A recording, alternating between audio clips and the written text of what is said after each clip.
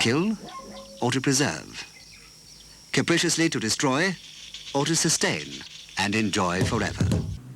In the remaining strongholds of wildlife, where man has become responsible for maintaining an artificial balance, dedicated rangers have to accept that surplus animals must be culled.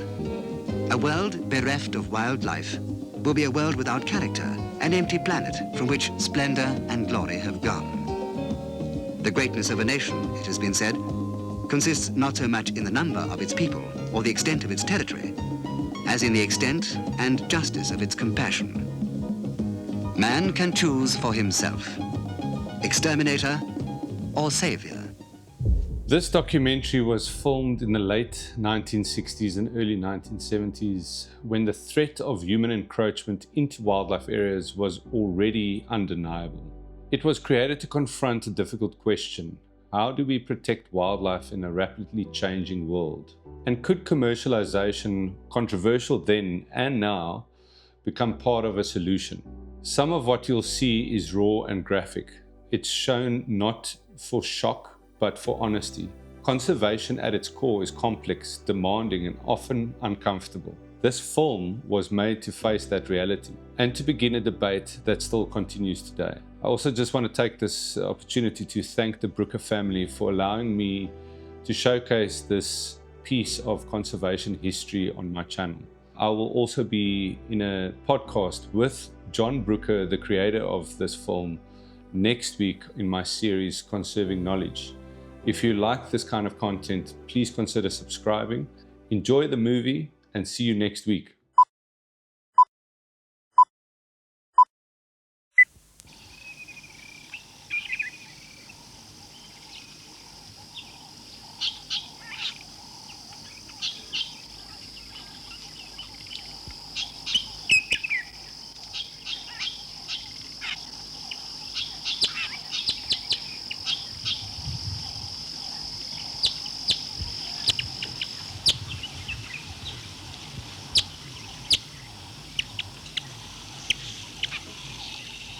The land has been there from the beginning, just as it was before the coming of man. From the golden coastlines of the mighty oceans to the green belts of the primeval bush and the endless horizons of the African plains. A wild land, but not a wasteland, with its enchantment and enduring challenge to man, to kill or to preserve, capriciously to destroy or to sustain and enjoy forever.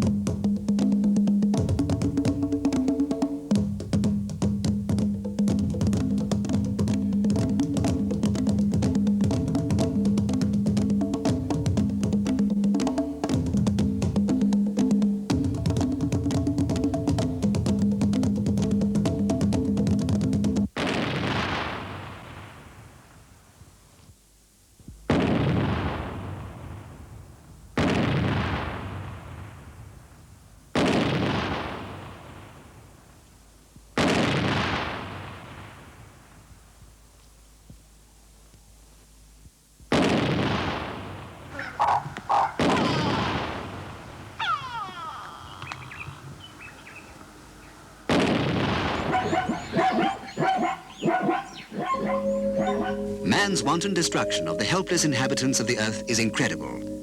In the last 50 years, 76 species have become extinct. African wildlife population has been reduced to 1/10 of what it was even 50 years ago. In 5 years, poachers have taken 20,000 leopards out of Central Africa, and over 4,000 zebra skins were traced to just one big-time poacher. More than 100 years ago, James Froude observed that wild animals never kill for sport. Man is the only one to whom the torture and death of his fellow creatures is amusing in itself.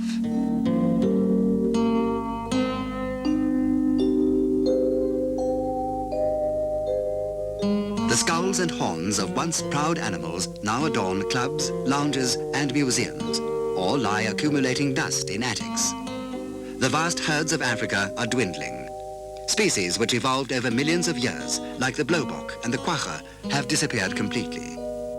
A few heedless shots, and centuries of steady evolution are destroyed in a fraction of a second. But while poachers and those who slaughter for the thrill of killing are content thoughtlessly to destroy, others have made it their life task to preserve and to defend our heritage of wildlife from the depredations of their fellow men. These rangers use the dart gun to capture a zebra suffering from a terrible bullet wound.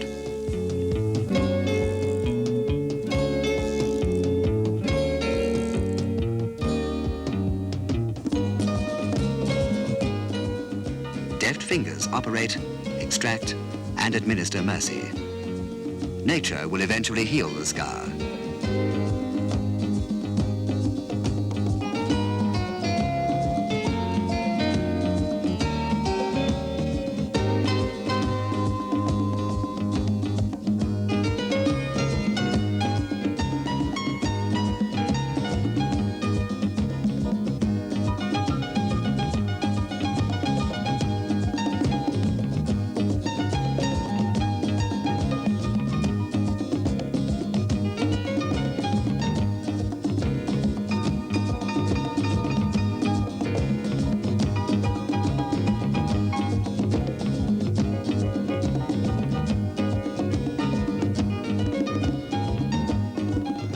The continued existence of many forms of wildlife is progressively threatened by the rapid expansion of modern civilization.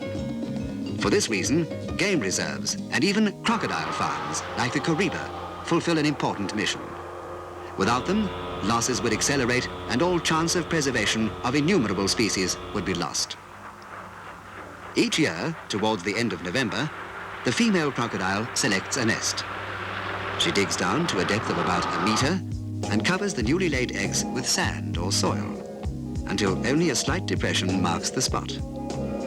For 3 months, she returns each day to lie above the nest for a while, and the moisture from her body seeps down to keep the eggs sufficiently damp. The 60 or more eggs take upwards of 12 weeks to hatch. Tiny squeaks eventually tell the mother that her family has emerged. This is her cue to dig away the sand and shepherd her newly born brood to the nearest water. Once again, the cycle of nature has been completed.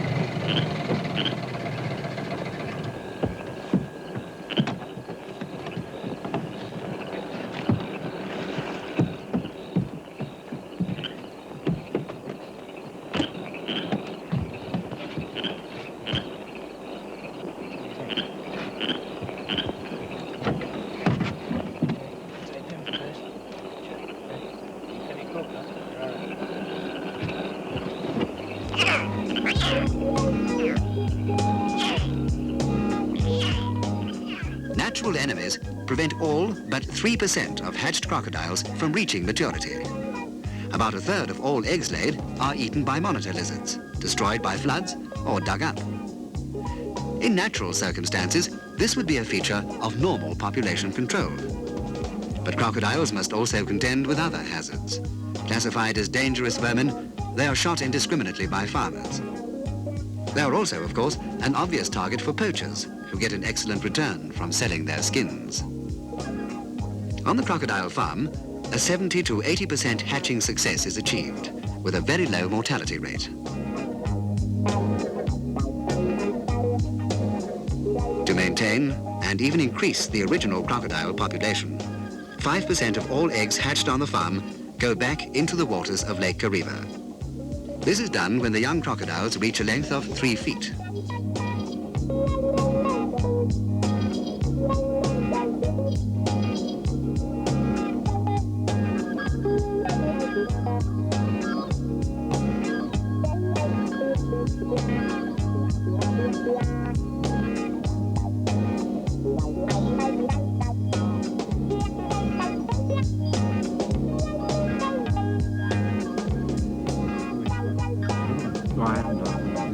alcohol? 481 pounds. Vent 15.9. Experts establish the sex of an inmate. Better be a male. To another crocodile, this presents no problem. Female.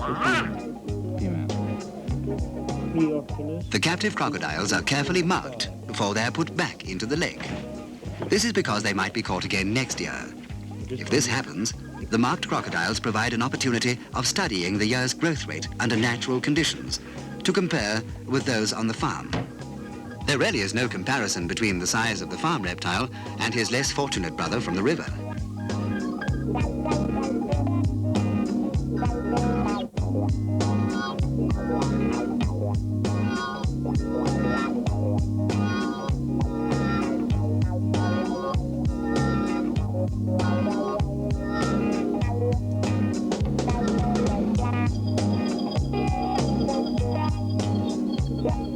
The crocodile's nervous system remains active for 24 hours after killing. Here is a secure sanctuary for the slimy scavengers of the deep. Although many will end up as luxurious shoes, purses, or handbags, the continuation of the species is ensured. Man's impulse to destroy for pleasure or profit has been momentarily checked.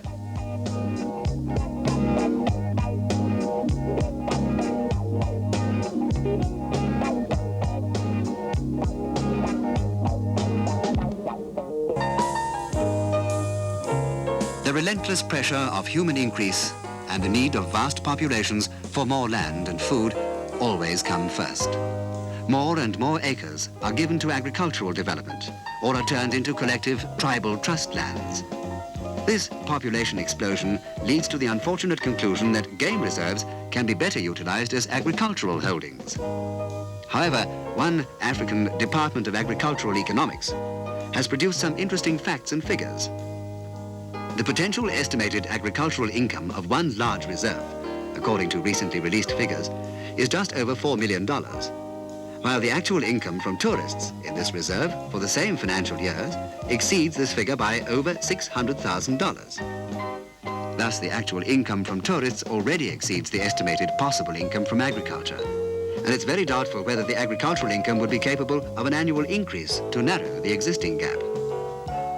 With steadily increasing human wealth and leisure, it is clear that the game reserves will play an increasingly important part as sources of revenue and education. Doubtful economics should not be permitted to endanger their survival. Even legendary Serengeti has been turned over to human settlers, and its teeming thousands of zebra and wildebeest now seem doomed to gradual extinction. How disastrous if these wild treasures are obliged to give way to the immigrant donkey or the rapacious goat, symbol of feckless farming and depredation of the land. Moving rhino out of tribal lands into protected game parks is an everyday occurrence in Africa. 9 out of 13 animals caught in this area were victims of the cruel snares of poachers. Operation Rhino Rescue is planned like a commando exercise.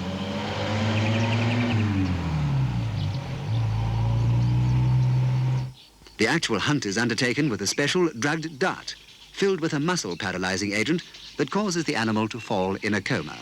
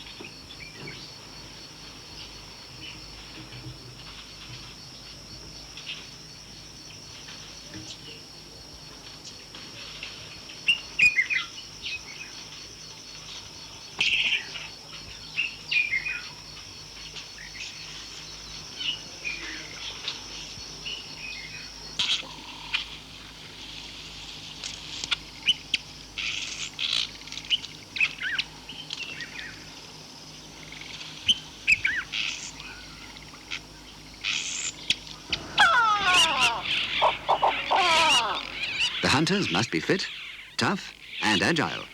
And often they have to take to the trees to avoid the terrifying charge of the rhino.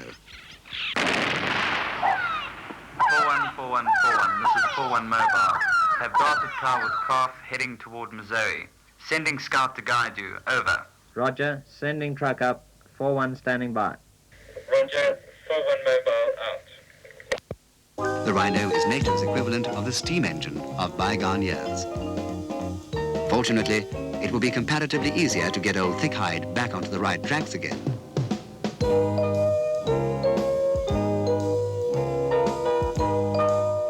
These black rhino are being moved from areas reproclaimed for human development to game reserves where there are no overpopulation problems. Antibiotics are injected to ensure that no infectious diseases are carried to the new habitat.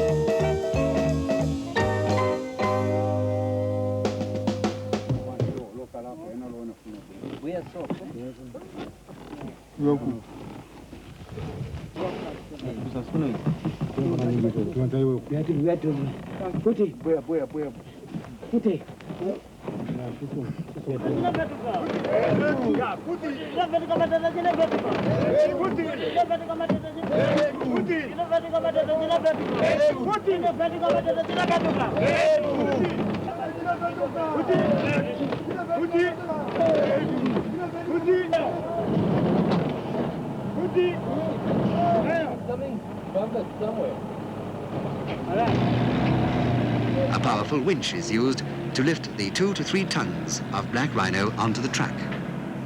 This largest land mammal after the elephant has been hunted remorselessly for the supposed aphrodisiac qualities of his horn. In fact, it's not a real horn at all, but a mass of vertically packed fiber growing from the skin, which can quite easily be removed by the swipe of a sharp axe or knife.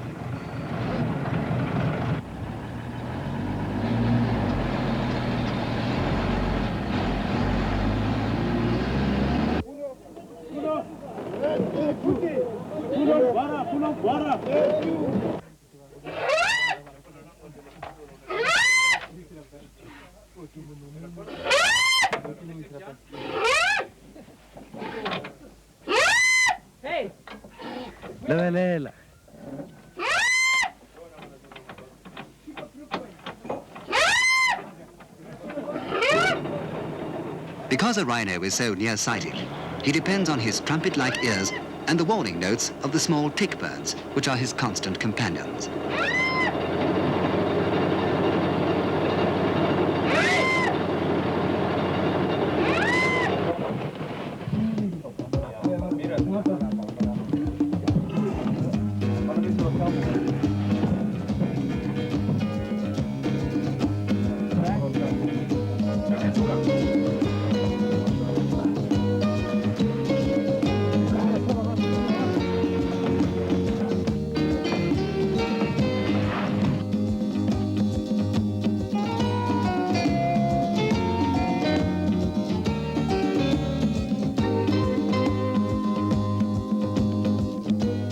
This cow had not received the mercy dart, she would have been dead within a month from this festering wound. This would have been a double tragedy, since her unweaned calf was not yet old enough to fend for itself. The ranger's skill ensured that this precious pair found a new and secure home.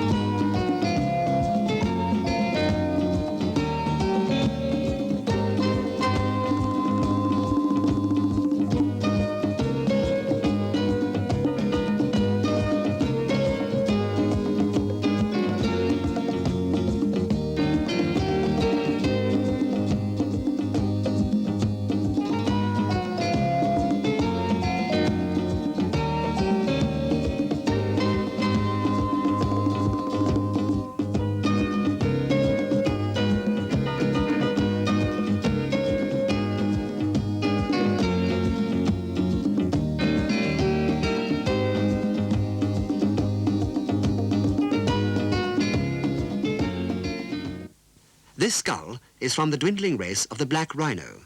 He was killed by poachers who were caught before they had succeeded in removing the horn.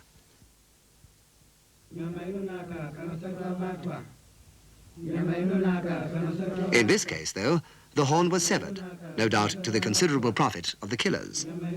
The rhino has always been the favorite victim of poachers who follow their illicit livelihood armed with assegai, wire, snares, bow and arrow, and rifles.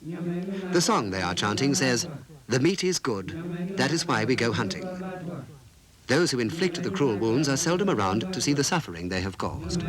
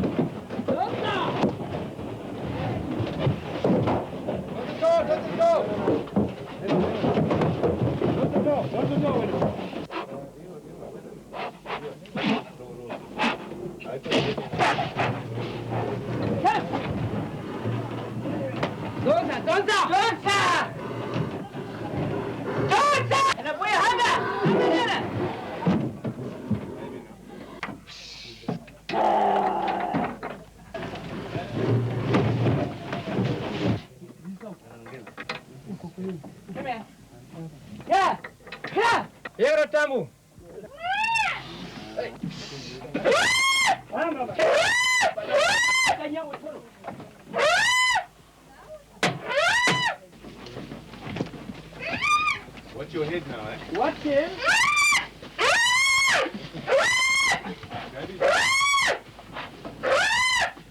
Run back! Run,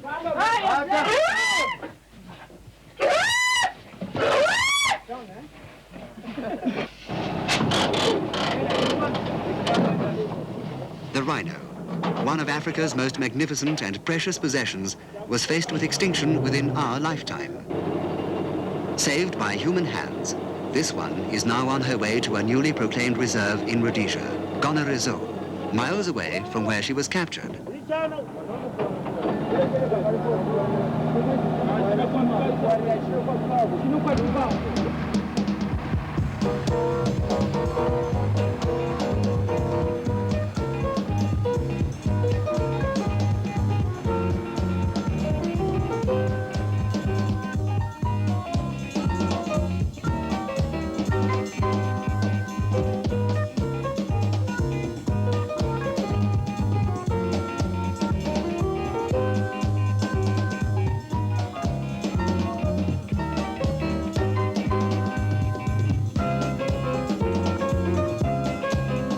Here, after her release from the specially constructed boma, she will savor the sights and sounds of her African homeland. Extinction has been staved off, at any rate, for the time being.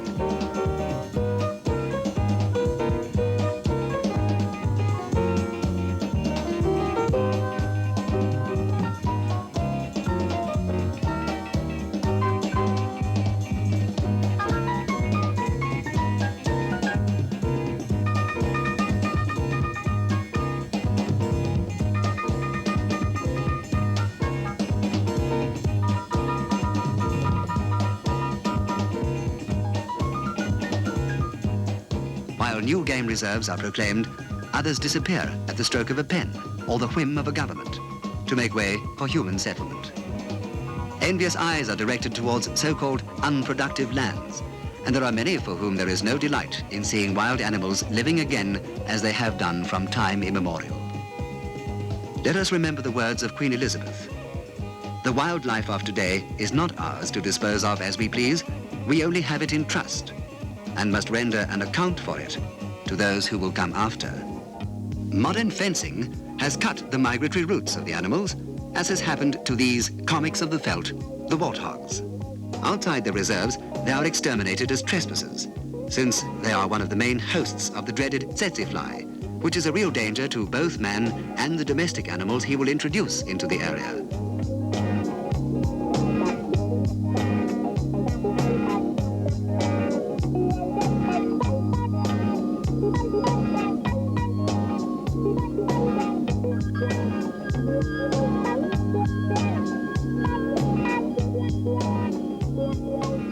The nocturnal lairs of the warthogs, into which they always reverse when retiring for the night, are traced and kept under observation.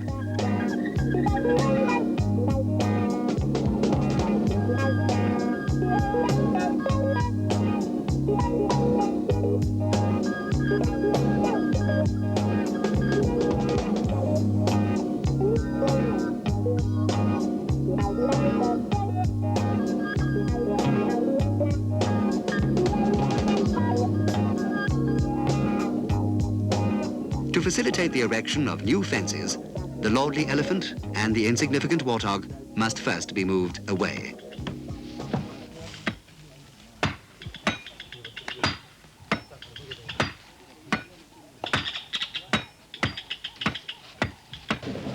Poles are pushed into the holes before dawn. Removal of the poles will precipitate these nervous animals into headlong flight. As they erupt from their holes, they are enmeshed in the nets that have been prepared for them.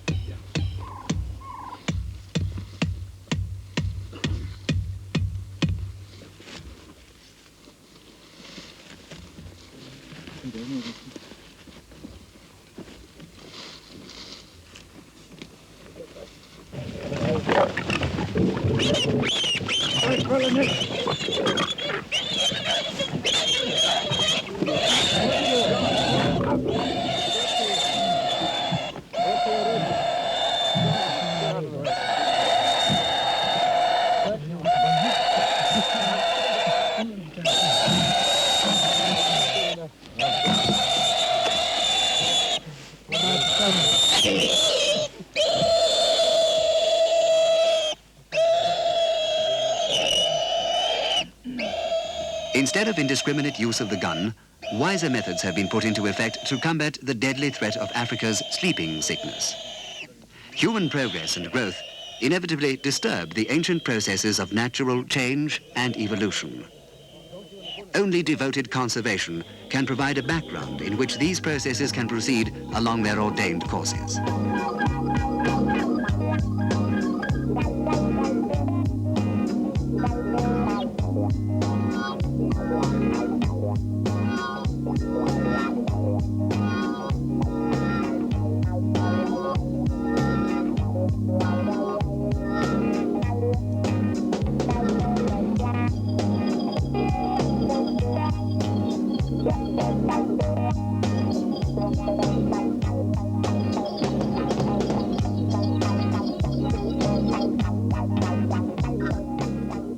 The warthogs are weighed, measured and marked for identification, then released in other surroundings, not yet claimed by man.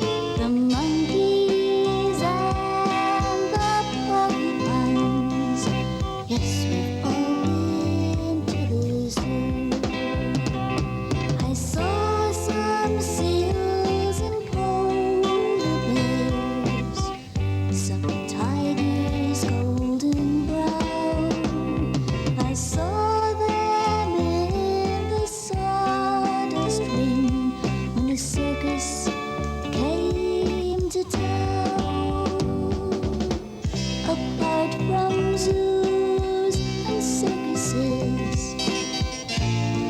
It seems to be our plan that the only animals left on earth are sheep and cows and man.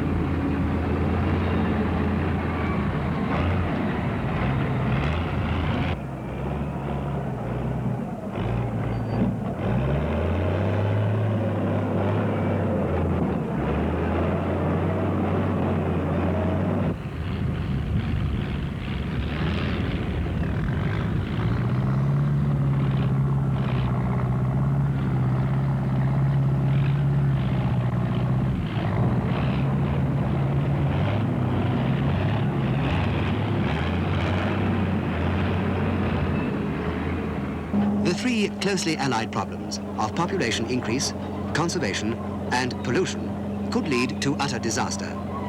Only human ingenuity and foresight on a hitherto unprecedented scale can bring the solution that is needed, not at some far-off date in the future, but here and now.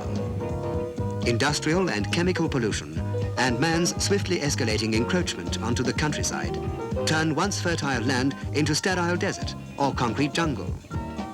The great land-gobbling machinery moves in to create new towns, new cities, and vast road complexes.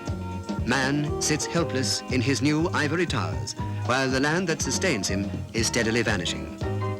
In California, for example, 110,000 acres of good agricultural land are lost every year to development or erosion.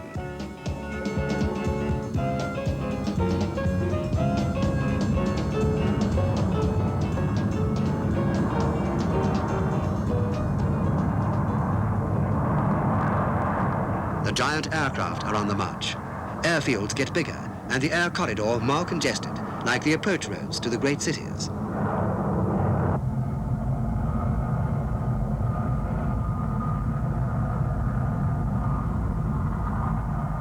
More noise.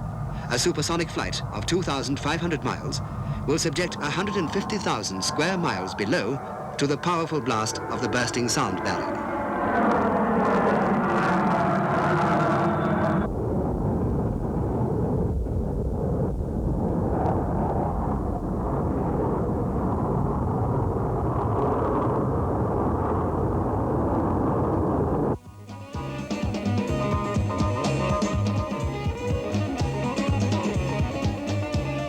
More poison is poured into the air by the mass of aircraft, by millions upon millions of cars and trucks, by the belching smokestacks of mines, foundries and factories, from the homely fireplace, from forest and bushfires, and from inadequate attempts to burn the unbelievable mass of human refuse.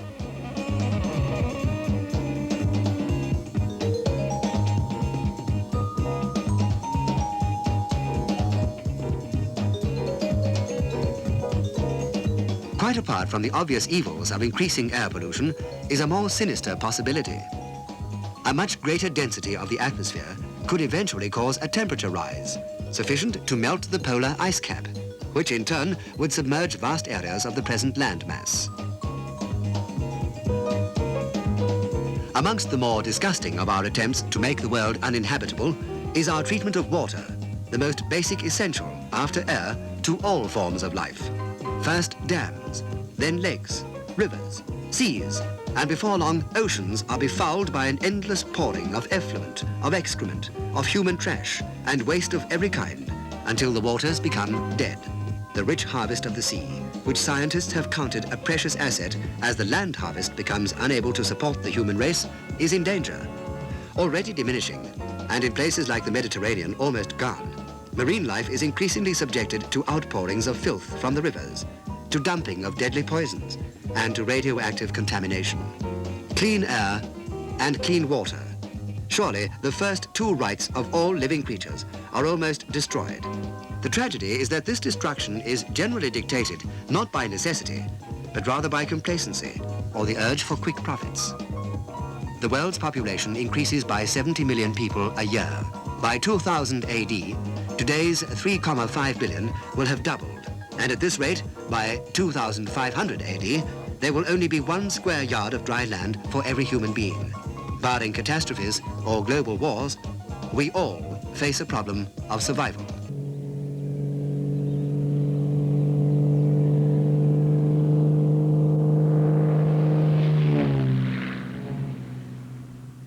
In the remaining strongholds of wildlife, where man has become responsible for maintaining an artificial balance, dedicated rangers have to accept that surplus animals must be culled. The methods of game culling are infinitely more effective and humane than the way in which such animals died in overpopulated areas in the past. In one particular national park, elephant have eradicated 24 different kinds of tree. Their habit of pushing over entire trees to feed off only a few leaves or roots, or of stripping off the bark of the largest acacias, can be disastrous to their own environment. In one 3-mile stretch, rangers counted 700 completely uprooted trees. Add to this the really staggering figure that an elephant consumes around 270 kilograms of food per day, while 160 liters of water disappear at drinking time, and it is easy to understand the damage that a herd of elephant does in a confined area where they cannot move to new pastures and nature can no longer limit their numbers.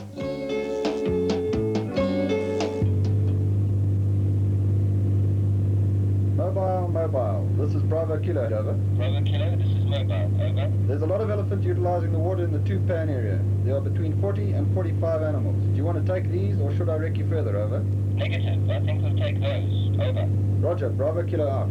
Roger, many thanks, mobile out.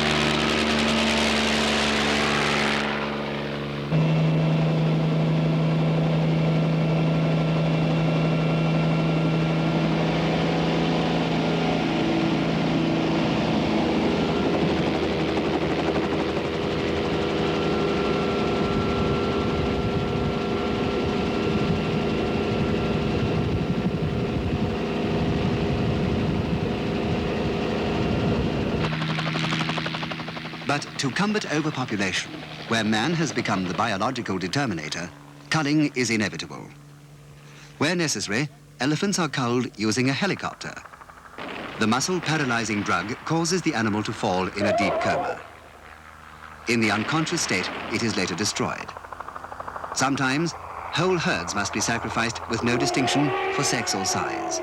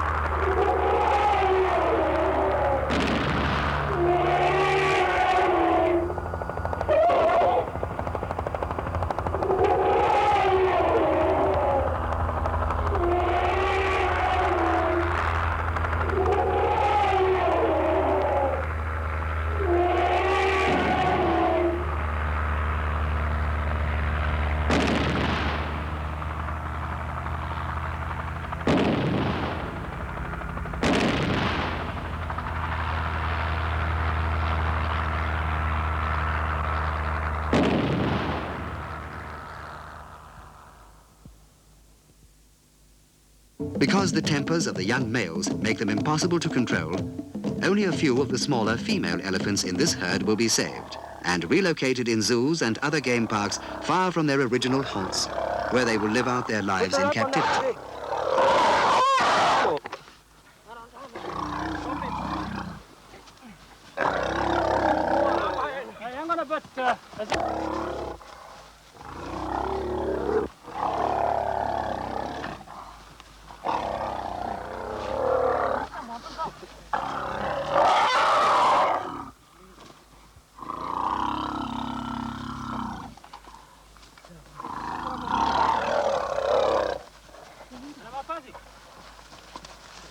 Let me grab it.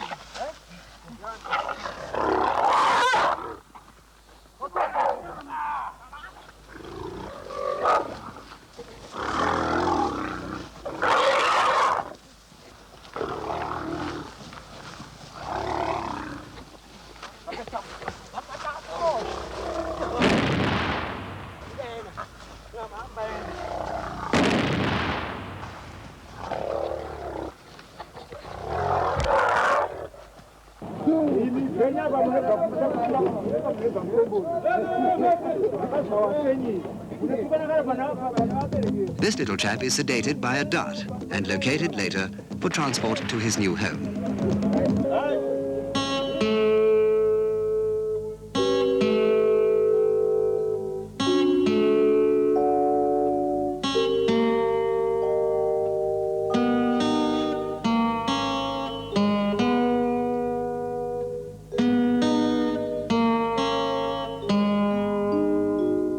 Note the mammary glands of the elephant cow.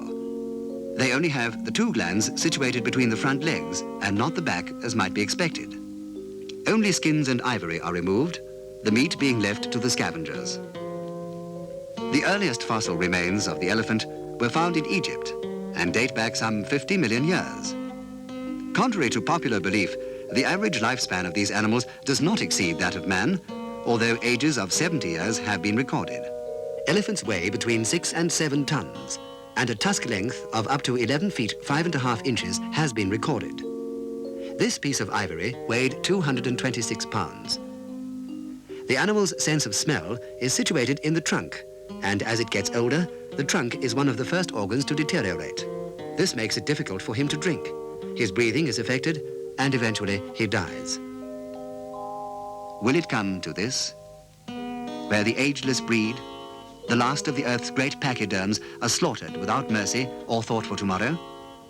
Shall we permit the annihilation of everything that has so far managed to survive with us?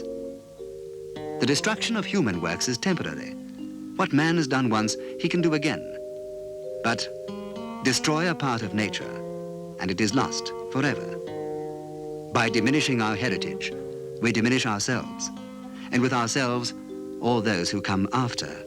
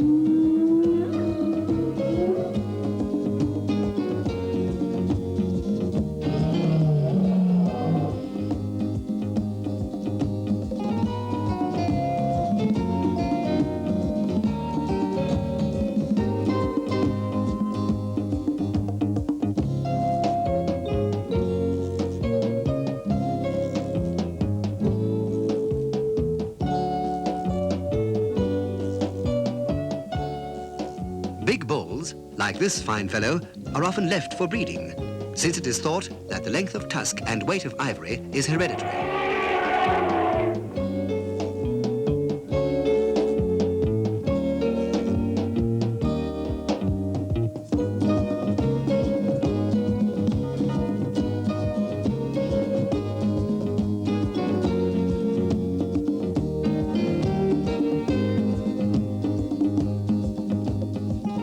Once the main herd has been driven off, rangers search for the sedated baby.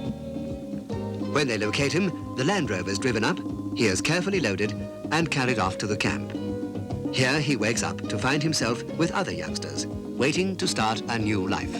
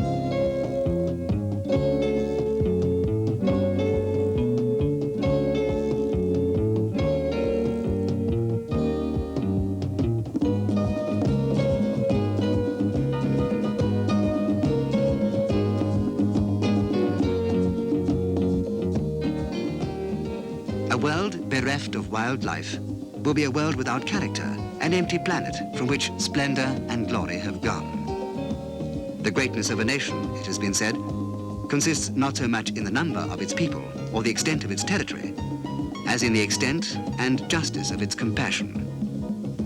Man can choose for himself, exterminator or savior.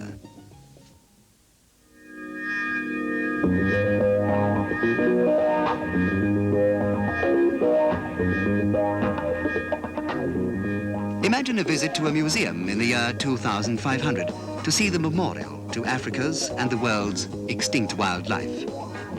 Already experts have warned that population expansion and industrial pollution could lead to the breakdown of society and of the life support systems on this planet, possibly by the end of this century, and certainly within the lifetime of our children.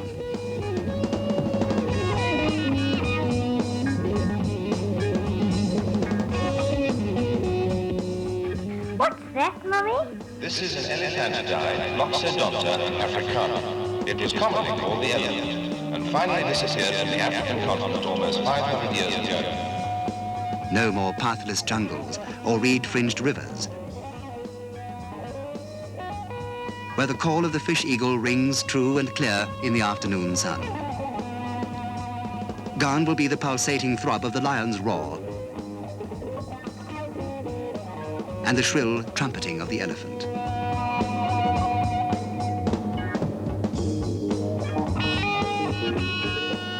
Only the remains of a doomed civilization stand. The destroyer is in turn destroyed.